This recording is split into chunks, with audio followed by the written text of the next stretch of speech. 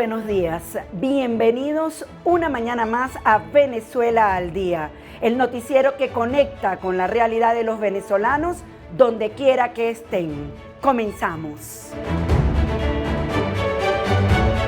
El gobierno de Venezuela pide a los migrantes volver al país, pero ¿a trabajar gratis? La realidad sobre los bonos en Venezuela, un modelo económico criticado y con el que sobreviven millones de familias.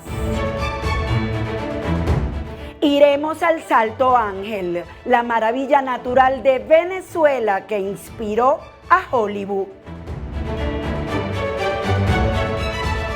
Venezuela recibe el eco de millones de sus hijos que se fueron, pero hoy no tiene cómo sostenerlos de vuelta. Les piden regresar a reconstruir el país, pero la pregunta golpea más fuerte. ¿Con qué trabajo? ¿Con qué salario? ¿Con qué futuro? Entre aviones que aterrizan y vidas que se fueron hace años, la nostalgia choca con una realidad que no alcanza para empezar de nuevo y una verdad que se impone sin filtros. Volver a Venezuela hoy no es solo una decisión, es una apuesta contra la supervivencia.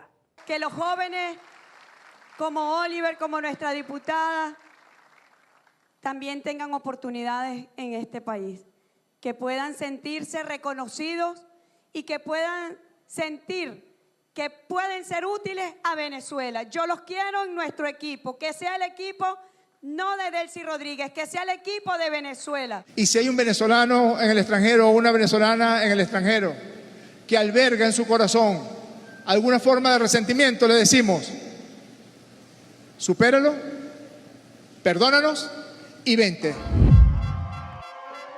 Les piden volver a reconstruir Venezuela, pero ¿con qué empleo, con qué salario y con qué futuro? Millones de migrantes hacen una pregunta más simple y más dura. ¿Se puede volver cuando el salario no alcanza para vivir? Le preguntamos a Gladys Echeto, quien tiene 10 años viviendo en Colombia, el refugio que encontró tras una huida despiadada y jamás pensada de Venezuela.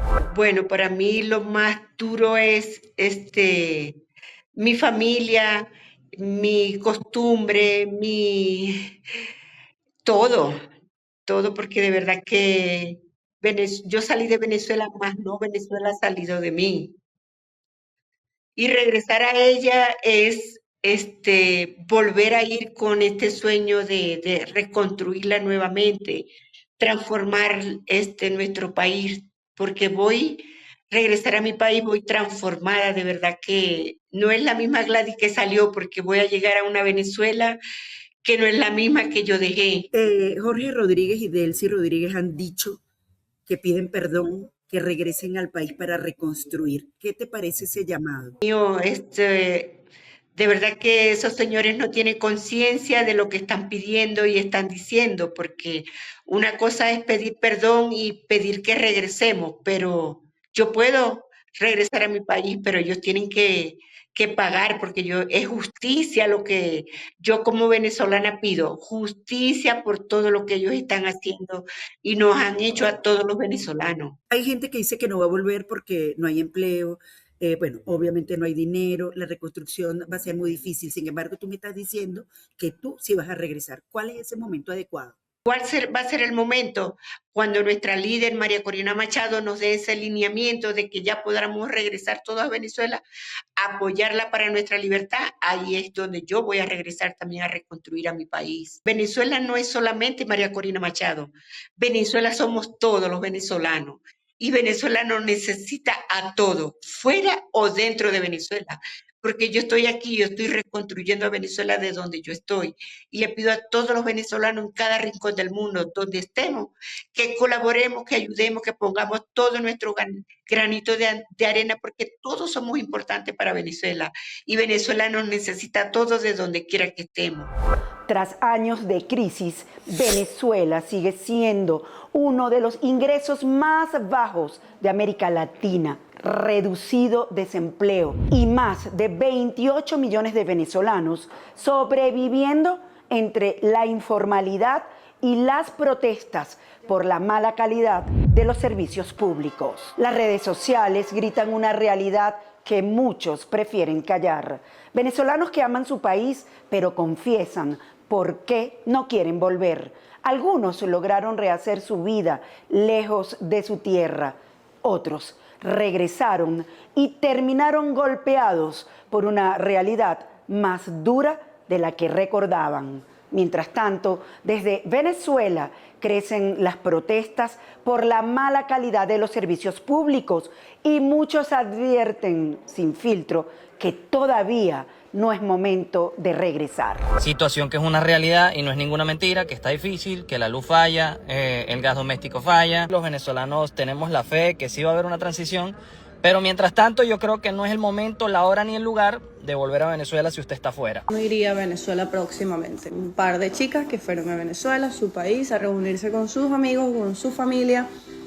Llegó la Guardia Nacional, les estaba pidiendo dinero, tuvieron que huir, tuvieron que salir por ahí como unas exconvictas. Es el miedo a volver a un país donde las reglas básicas de convivencia dejaron de existir. No estoy hablando de política, estoy hablando de cosas tan simples que en Chile, en Argentina, en España, ni siquiera son tema de conversación. El semáforo, el ruido después de medianoche, el respeto por un espacio común. Entre la nostalgia y el regreso, los expertos sostienen con cifras en mano que la reconstrucción no será inmediata. Que tengamos fe y paciencia. Aseguran, por ejemplo, que recuperar sectores clave como el petrolero podría tomar más de una década y requerir miles de millones de dólares en inversión. Que te aseguro que aquí tuviésemos full de empleo, nadie cogiera rumbo. Nada, absolutamente nadie. Porque como Venezuela no hay, con Maduro, sin Maduro, con el que esté. Para entender cómo está el mercado laboral venezolano en cifras y perspectivas, hacemos contacto con el economista José Manuel Puente, PhD en Oxford, profesor del IESA y de IE University en Madrid. Lo primero es preguntarle su opinión con respecto a lo que declaró Jorge Rodríguez y su hermana, la presidenta encargada, Delcy Rodríguez, de perdonar y pedir el regreso a los migrantes venezolanos en medio de un proceso de reconstrucción.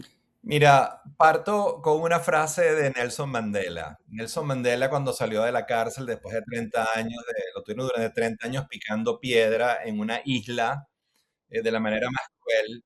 Él salió y como era un estadista, como era un gran hombre, un hombre de corazón amplio, dijo, si yo no perdono a mis carceleros y si mi sociedad no perdona a los blancos que nos tuvieron oprimidos, nuestro país no tiene futuro. Y los venezolanos tenemos que perdonar.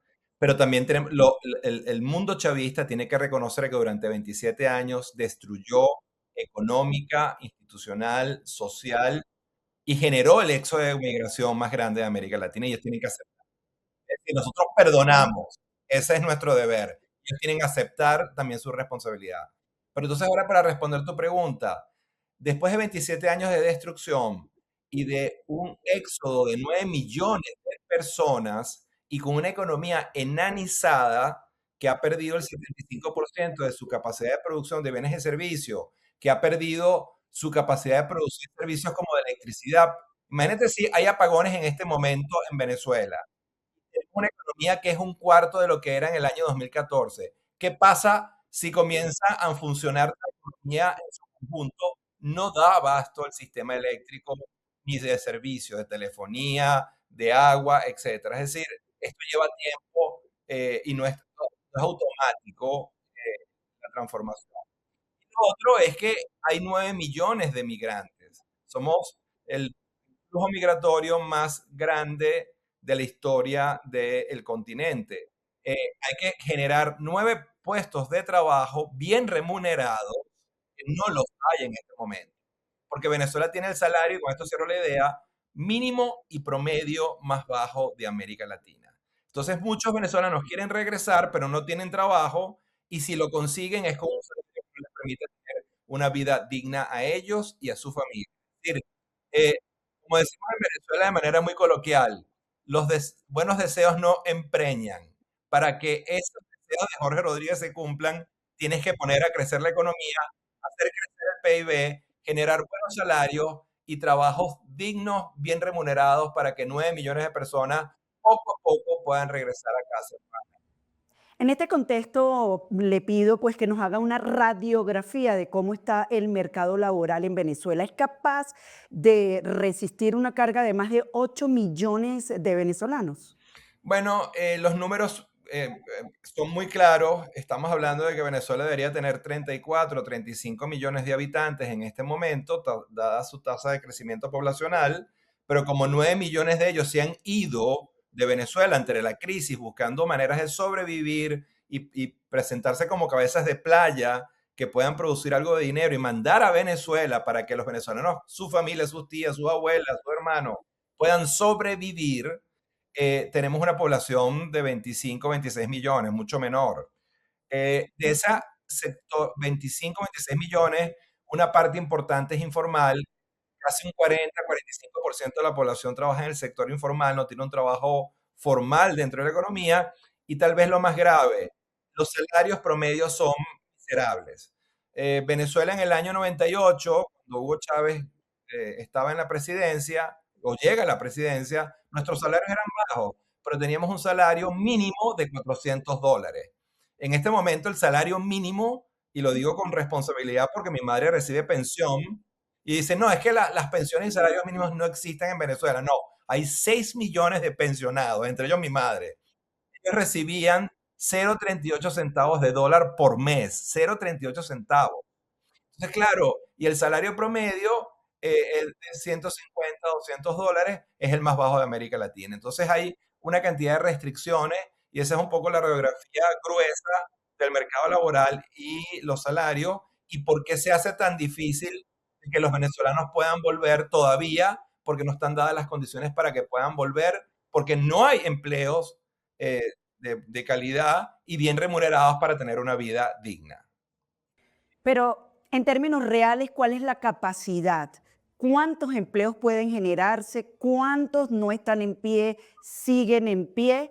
¿O de verdad hay generación de empleo en el país? Bueno, uno muy obvio, el más contundente, y es donde Estados Unidos tiene mayor interés, porque al final a Estados Unidos lo que le interesa es en esencia el petróleo. Venezuela tiene las principales reservas de petróleo del mundo, el 24% del oro negro está en Venezuela. Entonces en ese sector va a haber dinamismo, va a haber crecimiento, va a haber absorción de mano de obra. Vamos a tener que tratar de, y lo van a hacer, de atraer nuevamente a los venezolanos que se fueron, expertos en petróleo, que están, yo me consigo venezolanos expertos en petróleo en Inglaterra, en Argelia, en Rusia, en Alemania, atraerlos y también comprar mano de obra de cualquier parte del mundo especializada en petróleo y petroquímica. Y eso lo vamos a tener que hacer porque si no, no hay capacidad de producción. Es decir, Venezuela no tiene ni el capital humano, ni el capital financiero para reconstruir su industria petrolera y volver a producir 3.5 millones de barriles como producía en el año 1998. De hecho, cálculos conservadores te muestran que para volver a producir 3.5 millones de barriles por día, como lo hacemos en el 98, vamos a requerir de captación de capital humano y de inversiones sobre los 150, 180 mil millones de dólares, y eso solamente lo pueden dar los Estados Unidos y las grandes corporaciones petroleras británicas como BP, Repsol española, INI italiana, que ya han anunciado que regresan. Que por cierto, no todo es color de rosa. ExxonMobil, una de las grandes corporaciones que estuvo en Venezuela muchos años, dijo que no regresaba a Venezuela, porque no están dadas las condiciones económicas, institucionales, democráticas para volver. Ellos dijeron, hemos sido expropiados 2 veces y no vamos a volver a correr riesgo mientras no haya un cambio político, una transición política que nos garantice derechos de propiedad, que nos garantice un sistema democrático y una economía que lleve a cabo un programa de estabilización con política monetaria, cambiaria y fiscal coordinada, que vuelva a recuperar el crecimiento con baja inflación. Recordemos que Venezuela tiene una inflación del 500% en este momento. no vamos a regresar. Entonces, tienes ese mundo dual donde Chevron está en Venezuela, está produciendo cerca de 200.000 barriles y va a continuar produciendo y va a producir más, pero ExxonMobil, la otra gran corporación norteamericana, no quiere volver por ahora hasta que no haya cambio. Es decir, todavía hay mucho camino que transitar, muchas reformas económicas y políticas que hacer para que Venezuela tenga un futuro promisorio. Has tocado un tema clave, lo que es el talento venezolano. Sabemos que hay mucho en el exterior. Ya sabemos que no hay capacidad para absorberlos en el país. Sin embargo, dentro de esta recuperación, ¿de cuántos empleos pudiéramos estar hablando? Y además, ¿cuál es la carga y el peso emocional que traen esos venezolanos que ya han regresado o que piensan regresar? No, también hay que decir lo positivo con mucha contundencia, igual que uno ve lo negativo. Y algo que es maravilloso de los venezolanos es que los venezolanos tenemos un gran apego a la tierra, un gran apego a Venezuela. Y aunque ganemos un tercio de lo que ganamos en Londres o en París, vamos a regresar a Venezuela. Y cada vez que yo hablo con un venezolano, me dice, yo lo que quiero es volver a mi tierra, a estar con mi padre, con mi madre, con mis hermanos, dejarme abrazar por el sol de Venezuela. Entonces eso nos ayuda. Es decir, para tú atraer a un ingeniero petrolero a Venezuela, no le tienes que pagar $8,000 como le paga BP en Londres, no. Él a lo mejor con 2,000 regresa, pero tienes que pagarle a 2,000. Si le pagas 200, 300 o $500, no va a poder regresar porque no es un sueldo que le permita tener una vida digna a él y a su familia. Entonces, claro, también hay otros casos ya más extremos, pero que son ya personas que hicieron carrera, vida, sus hijos se casaron en el exterior, tienen nietos en el exterior y esos no van a poder ser rescatables, lamentablemente. Yo hablé hace algunos años, tuve la suerte de conocer a Pepe Mujica en Oxford, cuando estaba dando clases en Oxford. Pepe Mujica me contó de su programa de captación de capital humano uruguayo. Uruguay también vivió una crisis muy aguda y perdió mucho de su capital humano. Y algo que fue una política de Estado que nosotros tenemos que llevar a cabo es un programa de captación del capital humano en todas las áreas para que vuelvan a Venezuela, porque al final el capital más importante, yo sé que suena cliché, pero el capital más importante de un país, de una empresa, es su capital humano. ¿Cuánto tiempo le costaría al país entonces recuperar ese talento humano, recuperar la capacidad de empleo y de salarios? Lamentablemente aquí la respuesta es dura, pero es mejor ser honesto y partir de premisas realistas que vivir una ilusión de armonía. Los procesos de reconstrucción llevan muchos años. Solo para darte algunos números. Durante muchos años, 27 años, hiciste las cosas mal y destruiste el país. Ahora para recuperar el país vas a tener que hacer muchas cosas bien durante mucho tiempo. Yo no sé si 27, pero al menos 15, 20 años. Por ejemplo, un sector, el sector petrolero, ya hemos hecho algunos cálculos y varias empresas lo han hecho. ¿Cuánto tiempo tardaría Venezuela en recuperar su producción de 3.5 millones de barriles, que es uno de los sectores neurálgicos? Bueno, eso estamos hablando hacia el 2040, 2045. O sea, necesitamos desde 2026 al 2040 o 45 para recuperar los 3.5 millones de barriles por día. No llegar a 8 o 10 millones como Arabia Saudita, sino recuperar lo que perdimos en este tiempo. Entonces, esto es posible, lo vamos a lograr, pero lleva tiempo, esfuerzo y de mucho dinero. Estamos hablando de inversiones de 150, 180 mil millones de dólares que hay que hacer para poder recuperar los 3.5 millones de barriles. Sí, y es que aquí es importante evitar la fuga. Usted está fuera del país, ¿usted forma parte de esa diáspora venezolana? No, yo gracias a Dios, y he luchado muy fuerte, sigo viviendo en Venezuela, paso mucho tiempo fuera porque doy clases en el IE de Madrid, en Oxford y en Salamanca, entonces paso más o menos la mitad, pero todavía mi casa, mi hogar y mi madre y mi hermana siguen estando en Venezuela. Entonces tengo la suerte de todavía ser un venezolano que vive gran parte del año en Venezuela. Y un comentario para también ser positivo. Las sociedades no necesitan, claro que 20 o 30 años es mucho tiempo, pero las sociedades no necesitan que todo se arregle de la noche a la mañana. Las sociedades lo que necesitan y la gente es sensación de futuro, de que poco a poco baje en la dirección correcta. ¿Cuál es el drama de Venezuela? Que tenía 27 años en retroceso. Y el día siguiente siempre era peor que el día anterior. Ahorita, por primera vez, no ha habido una transición política, no ha habido un cambio económico, pero hubo la salida de un presidente que era muy cruel, Nicolás Maduro. Y eso abre una ventana, entonces eso ya genera sensación de futuro y esperanza. Y lo que necesitan las sociedades no es que las cosas mejoren de la noche a la mañana, lo que necesitan las sociedades es sentir que están poco a poco avanzando, yendo en la dirección correcta y avanzando hacia el futuro. Y eso es lo que está pasando ahorita y eso es muy positivo. Y yo tengo 3 hijos y yo no espero que mis hijos mañana tengan un chiquito todavía, pero que mañana tengan un salario altísimo y que tengan un sistema educativo de primera, que tengan seguridad personal. No, lo que yo quiero es que cuando ellos lleguen a los 20, 25, 28 años, tengan un buen trabajo, tengan un futuro. Entonces, eso se está construyendo y eso da sentido para seguir luchando con, con mucha fuerza por la reconstrucción. Conclusión, no hace falta que todo se resuelva de inmediato y podemos esperar y seguir construyendo con paciencia y resiliencia. Eso es lo importante.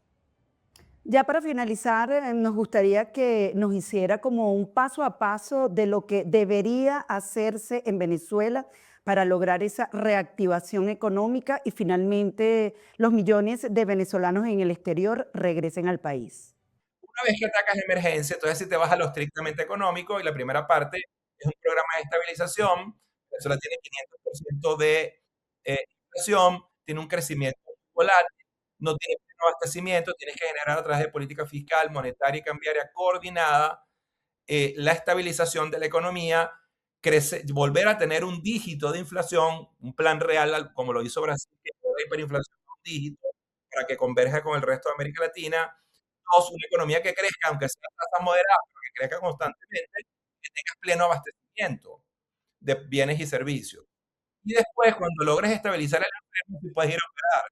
Entonces vas al cambio estructural y es encender 3 o 4 motores, y con esto cierro la idea, de crecimiento alternativos al petróleo, porque con petróleo solamente no vamos a poder generar la riqueza y el bienestar para todos los venezolanos. Y ahí tienes 50 sectores, tienes turismo, frutas tropicales, la ubicación estratégica de Venezuela. Venezuela está al norte del sur, Venezuela está mejor ubicada para ser el hub de las Américas.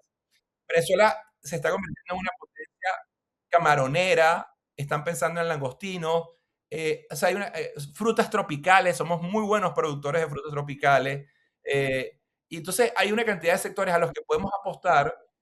Turismo, tenemos tanta riqueza turística como España y el motor, yo estoy ahorita en Madrid, el motor económico de España es el turismo, el petróleo que no se agota. El año pasado España recibió 98 millones de turistas que dejaron millones de euros en España y son el gran motor de crecimiento. Conclusión, esa es la última etapa de Venezuela y tenemos que encender motores de crecimiento alternativas porque solo y tan solo con petróleo no tenemos futuro. En la frontera entre Colombia y Venezuela, la selva amazónica se está convirtiendo en territorio de guerra, pero esta vez la pelea es por el oro.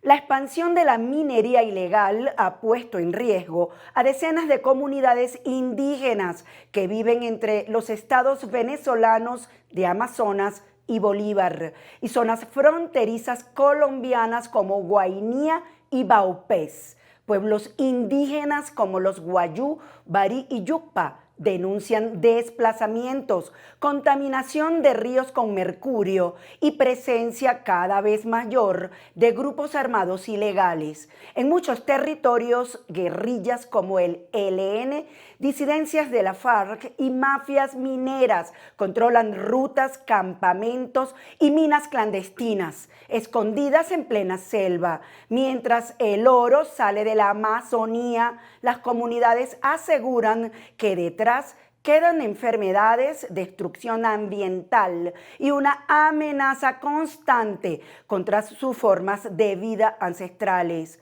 Para muchos indígenas, la minería ilegal ya no solo está destruyendo la selva, también está borrando lentamente sus territorios y su cultura. Cada mes los trabajadores venezolanos esperan una notificación en su celular para saber si recibieron un bono del Estado, lo que comenzó como una ayuda puntual en medio de la crisis, hoy representa la supervivencia de millones de hogares. ¿Qué son realmente estos bonos y cómo funcionan? Sara Malaver nos explica. Imagínese usted un país donde millones de personas esperan cada mes que llegue una notificación al celular para saber si recibieron un bono del Estado. Un país donde muchos hogares no revisan primero el salario, que por cierto lleva años congelado, sino ya cayó el pago al sistema patria. En Venezuela esto ocurre hace años. Bonos como el de la guerra económica, el bono único familiar o el bono de protección social son algunas de las ayudas que se han convertido en parte esencial del ingreso de millones de ciudadanos. Pero, ¿qué son realmente esos bonos?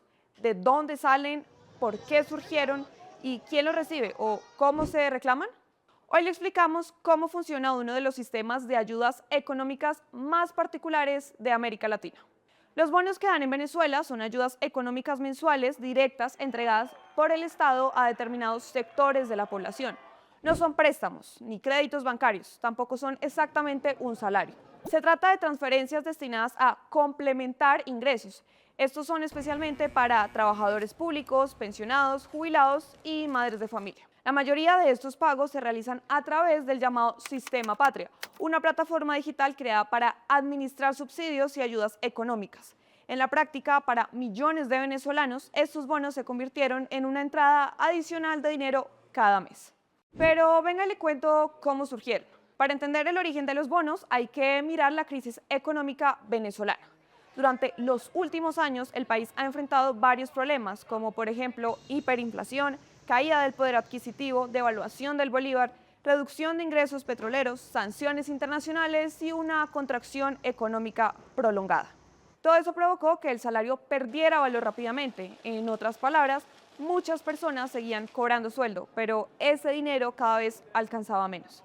Frente a esa realidad, el gobierno impulsó con más fuerza un sistema de pagos complementarios para aliviar el impacto económico y así los bonos pasaron de ser ayudas puntuales a convertirse en parte central del ingreso de millones de hogares. Uno de los más conocidos es el Bono contra la Guerra Económica, nombre que responde al discurso oficial que atribuye parte de la crisis a sanciones, bloqueo financiero y presiones externas. Más allá del debate político, en términos prácticos nació como un mecanismo de compensación económica. Estos bonos cumplen varias funciones. Primero, complementar ingresos. Muchas familias lo usan para comida, transporte, medicinas y servicios básicos. Segundo, sectores específicos. Por ejemplo, para pensionados, empleados públicos, adultos mayores, familias con niños y estudiantes. Tercero, sustituir ajustes salariales. Aquí viene uno de los grandes debates y es que en lugar de aumentar con fuerza el salario base, el Estado ha optado por fortalecer pagos mediante bonos. Pero usted se preguntará, ¿por qué importa?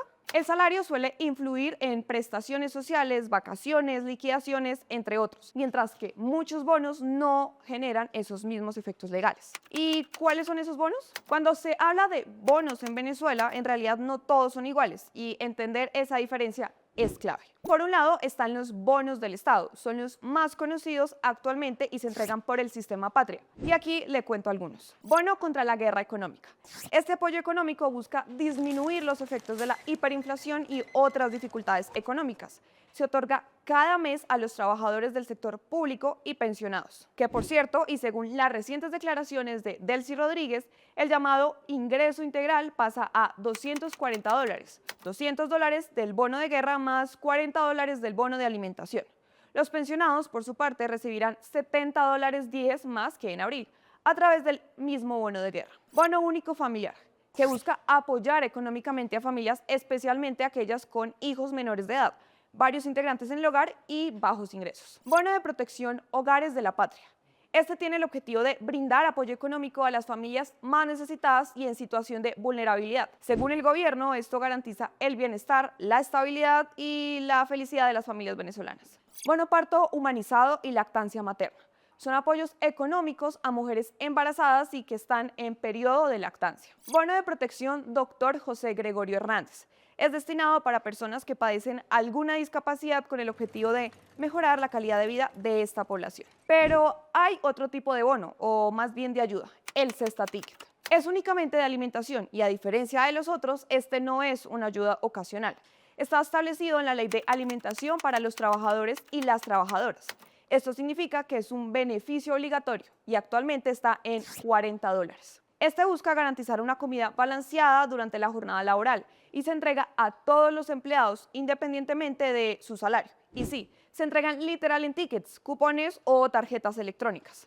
Es importante tener en cuenta, el valor del Cesta Ticket se modifica de vez en cuando mediante decretos presidenciales y puede ser incluido en convenciones colectivas o acuerdos laborales. Y ahora, ¿cómo se reclaman? La mayoría de estos pagos se tramitan por el Sistema Patria, que es una plataforma digital donde las personas se registran para optar a subsidios y ayudas estatales. Normalmente el proceso funciona así. Primero, el registro. La persona crea su cuenta con su cédula, teléfono y datos personales. Segundo es la actualización de información. La plataforma recomienda mantener datos familiares, laborales y bancarios al día. Luego sigue la notificación. Cuando asignan un bono, suele llegar un mensaje de texto o aviso en la plataforma. Cuarto es la aceptación. En algunos casos, el usuario debe ingresar y presionar la opción aceptar.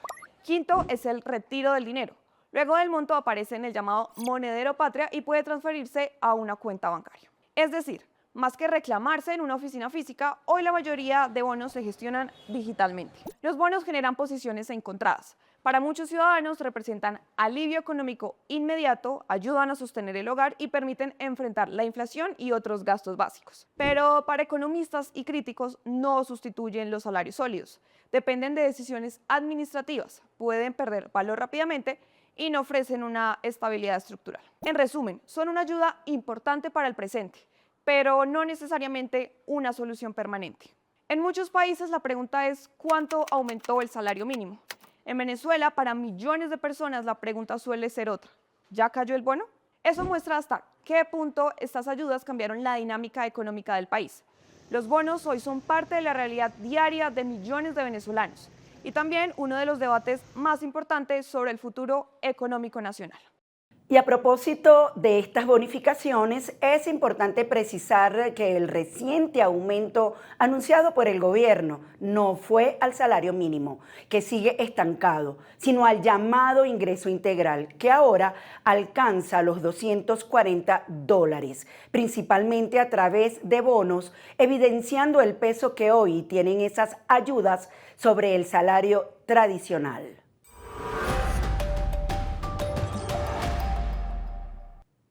Una histórica excomandante sandinista asegura que sin Daniel Ortega, su esposa Rosario Murillo perdería el poder en Nicaragua. Desde el exilio, Mónica Baltodano lanza duras acusaciones contra el régimen nicaragüense. Mónica Baltodano, histórica excomandante guerrillera nicaragüense exiliada en Costa Rica, asegura que Rosario Murillo no sobreviviría políticamente a una eventual muerte de Daniel Ortega. A sus 71 años, Baltodano, quien combatió junto a Ortega contra la dictadura somocista en 1979, vive hoy desterrada y desnacionalizada, tras denunciar lo que define como la deriva autoritaria del gobierno sandinista. Sus 4 hijos también viven en el exilio. Mientras Ortega, de 80 años, enfrenta problemas de salud como lupus e insuficiencia renal, opositores aseguran que Murillo, de 74, impulsa una purga interna para consolidar el control del poder ante un eventual escenario de sucesión. Yo creo que la Rosario no resistiría la desaparición de Ortega porque lo siguen manejando como una especie de ícono casi elevado, casi a nivel de deidad. Baltodano describe a Ortega y Murillo como una pareja marcada por la ambición y responsable de transformar al país en un régimen cada vez más cerrado y represivo. Corrompido de forma absoluta por la ambición y lo que yo le llamo los 7 pecados capitales. O sea, ellos han practicado todos los 7 pecados capitales.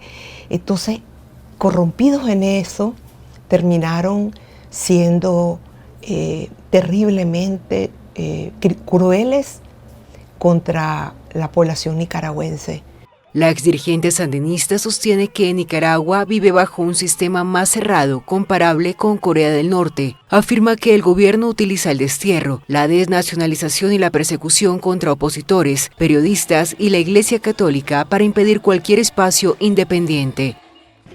Además, responsabiliza directamente a Ortega y Murillo por la represión de las protestas de 2018, cuando organismos internacionales denunciaron asesinatos de manifestantes y posibles crímenes de lesa humanidad. Él escogió un camino, es el destierro, la desnacionalización, la expulsión, el impedir absolutamente cualquier manifestación, al punto pues de que terminó persiguiendo de manera brutal a la Iglesia Católica, a las monjitas, a ninguna institución independiente de ningún tipo puede existir en el caso de Nicaragua. Pese al exilio y las amenazas que asegura seguir recibiendo, Baltodano afirma que mantiene la esperanza de regresar algún día a Nicaragua. ¿Tiene su pasaporte venezolano vencido, perdido o deteriorado? Atención, porque podría necesitar un salvoconducto para ingresar a Venezuela. Maybi Gómez nos explica cómo funciona este trámite y qué debe hacer para evitar inconvenientes al viajar. ¿Sabía usted que para entrar a Venezuela desde el exterior con pasaporte vencido, hurtado o deteriorado necesita un salvoconducto? Aquí le explico el trámite para que su ingreso a Venezuela no le dé sorpresas. El salvoconducto es un documento obligatorio para los venezolanos que deseen ingresar a la República Bolivariana de Venezuela. Si usted tiene que hacer este trámite, aquí le dejo los requisitos. Ser venezolano de nacimiento o por naturalización. Si usted está en Colombia, debe tener el registro consular y pagar el arancel que en Colombia es de $60 americanos. Debe tener la denuncia por robo, pérdida o extravío en formato PDF, contar con los boletos aéreos debidamente sellados por la aerolínea, contar con una fotografía de su último pasaporte y una foto tipo carnet. Pero ustedes se preguntarán, ¿lo puedo hacer desde cualquier país? Sí, solo debe consultar el monto de su arancel consular desde la región donde usted lo tramite. Y ojo al dato, según el Ministerio de Relaciones Exteriores de Venezuela, este trámite será gratis para los venezolanos que estén en espera del pasaporte, que además prueben que tienen una denuncia policial por robo del mismo, repatriados, detenidos con orden de deportación y víctima de trata de personas. Y usted se preguntará, ¿los niños pagan? No. Los niños, niñas y adolescentes, según el artículo 9 de la Ley Orgánica para la Protección del Niño, Niña y Adolescente, LOGNA, publicada en la Gaceta Oficial de la República Bolivariana de Venezuela, número 37.476, de fecha 2 de julio del 2002, quedan exonerados del pago del arancel. ¿Y usted qué trámite necesita que le explique? Los leo en los comentarios.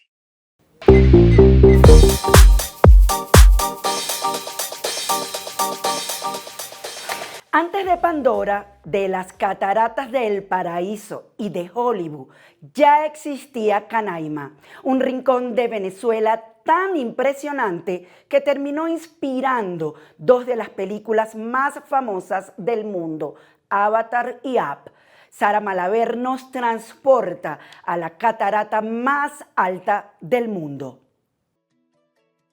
¿Existen realmente las cataratas del paraíso de Up y Pandora de Avatar?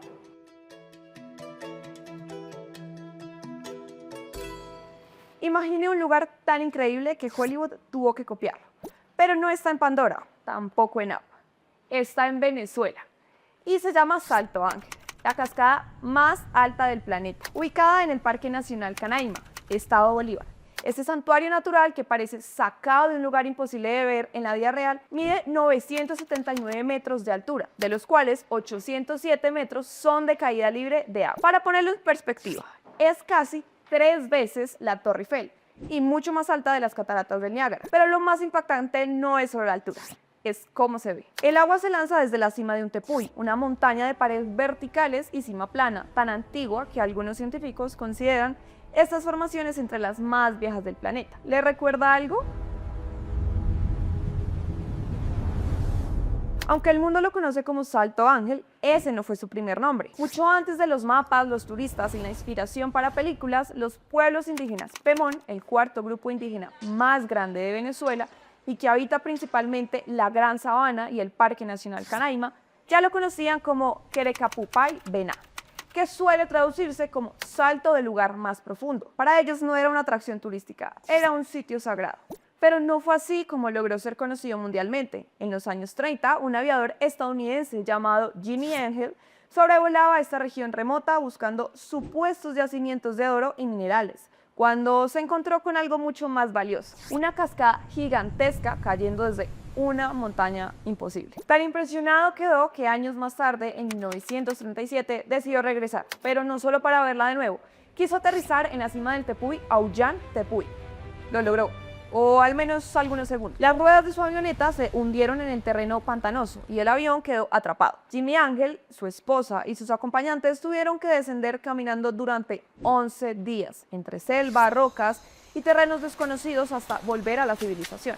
La noticia recorrió el mundo y desde entonces la cascada comenzó a llamarse Salto Ángel, en honor al piloto que ayudó a mostrarla al resto del mundo. Y casi un siglo después, esa misma aventura sigue viva, porque hoy llegar al Salto Ángel no es simplemente comprar un boleto y bajarse en un mirador. Es un viaje que todavía exige tiempo, planificación y disposición para desconectarse del mundo moderno. Eso quedó retratado en el blog de una pareja de esposos colombianos creadores de contenido, mejor conocidos como Chave y Juan por el Mundo, que decidieron mostrar la experiencia completa. Desde que iniciaba su jornada, preparaban sus mochilas, salían hasta el aeropuerto, tomaban una avioneta rumbo a Canaima y luego continúan por río durante horas hasta acercarse al salto. Y ahí está la clave de esta historia. No importa si es 1937, como Jimmy Angel, o pleno siglo XXI grabando contenido como influencer. El recorrido sigue sintiéndose igual, como una expedición hacia un lugar mítico. Y eso explica por qué Hollywood se inspiró en este lugar. Cuando los artistas de Pixar trabajaban en Up, necesitaban crear un destino que representara algo más profundo que una simple cascada. Debía ser un lugar lejano, casi imposible de alcanzar, cargado de emoción y aventura. Así nacieron las Cataratas del Paraíso, el sueño compartido de Carl y Ellie. Y aunque son ficticias, su diseño estuvo inspirado en el Salto Ángel y los paisajes de Canaima. Tiene sentido, una caída de agua monumental rodeada de selva, aislada del mundo y ubicada sobre mesetas gigantes que parecen suspendidas en el tiempo. Por eso la escena funciona tan bien, porque Carl no solo persigue un paisaje bonito, persigue un lugar extraordinario, remoto, donde cada esfuerzo vale la pena. Exactamente como llegar al Salto Ángel. No es casualidad que en la película el viaje sea largo, complicado y lleno de obstáculos, porque el verdadero Salto Ángel también es aventura. Y con Avatar ocurre algo similar. James Cameron necesitaba construir Pandora, un mundo alienígena, exuberante, salvaje, donde la naturaleza se sintiera viva y superior al ser humano. ¿Y dónde encontrar inspiración para algo así? En Canaima, sí, en Venezuela. Los tepuys venezolanos, con sus paredes verticales, cimas planas y niebla permanente, recuerdan de inmediato a las montañas flotantes de Pandora. Son formaciones tan antiguas y extrañas que parecen diseñadas por un artista digital, cuando en realidad existen desde hace millones de años. De hecho, cuando se ven estas montañas emerger entre las nubes, se entiende por qué tantos viajeros dicen lo mismo. Parece otro planeta. Y ahí está lo fascinante. Hollywood imaginó dos mundos distintos. Uno lleno de emoción y nostalgia, como Up, otro futurista y extraterrestre, como Avatar. Pero ambos encontraron parte de su esencia en el mismo lugar, Canaima y el Salto Ángel, porque este paisaje tiene las dos cosas al mismo tiempo: la ternura de un sueño imposible y la fuerza visual de un planeta desconocido. Pero ojo al dato, ¿cuánto cuesta llegar realmente al Salto Ángel? Aquí viene una de las preguntas más comunes y la respuesta corta es: el precio podría variar. En 2026, los planes más comunes de 3 a 4 noches oscilan entre $957 y $1.400 por persona, dependiendo del tipo de alojamiento, si incluye vuelo interno y si agrega excursión al Salto Ángel. Algunos paquetes premium podrían superar los $1.700. La mayoría de los viajeros llegan mediante paquetes turísticos desde Caracas o Ciudad Bolívar hacia Canaima. En pesos colombianos, eso equivale aproximadamente entre 3,4 millones y 5 millones de pesos por persona, mientras que los paquetes premium pueden superar los 6 millones de pesos, según la tasa del cambio. También debe tenerse en cuenta que algunas tarifas no incluyen entrada al Parque Nacional, bebidas o excursiones extra. ¿Cómo es realmente este recorrido? Normalmente la experiencia ocurre así. Primero, vuelo hasta Canaima. Después, traslado en Curiara, una embarcación indígena tradicional, navegando ríos como el Carrao y el Churún. El trayecto puede durar varias horas según el nivel del agua y las condiciones climáticas. En algunos paquetes se quedan en campamentos cercanos al Salto para verlo al amanecer. Otros lo ofrecen en modalidad todo el día y si el clima cambia, el itinerario también puede cambiar. En Canaima manda la naturaleza. ¿Qué se debe tener en cuenta para ir?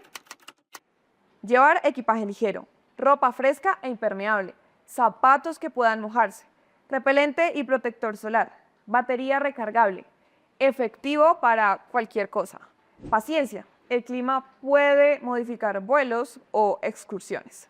Pero atención, si usted viene de otro país, antes de empacar maletas, consulte los requisitos de ingreso a Venezuela. Dependiendo de su nacionalidad, podrían solicitar pasaporte vigente, visa, tiquetes de salida, vacunas o trámites migratorios adicionales. Y precisamente eso lo hace especial, porque no es turismo express, no es llegar o tomarse una foto e irse. Hay que madrugar, hay que navegar, hay que esperar y hay que avanzar. Y cuando finalmente aparece frente a usted, cayendo desde la cima entre niebla y silencio, se entiende por qué el cine tuvo que copiar. La emoción de App, la estética de Avatar y la aventura real de llegar hasta allí.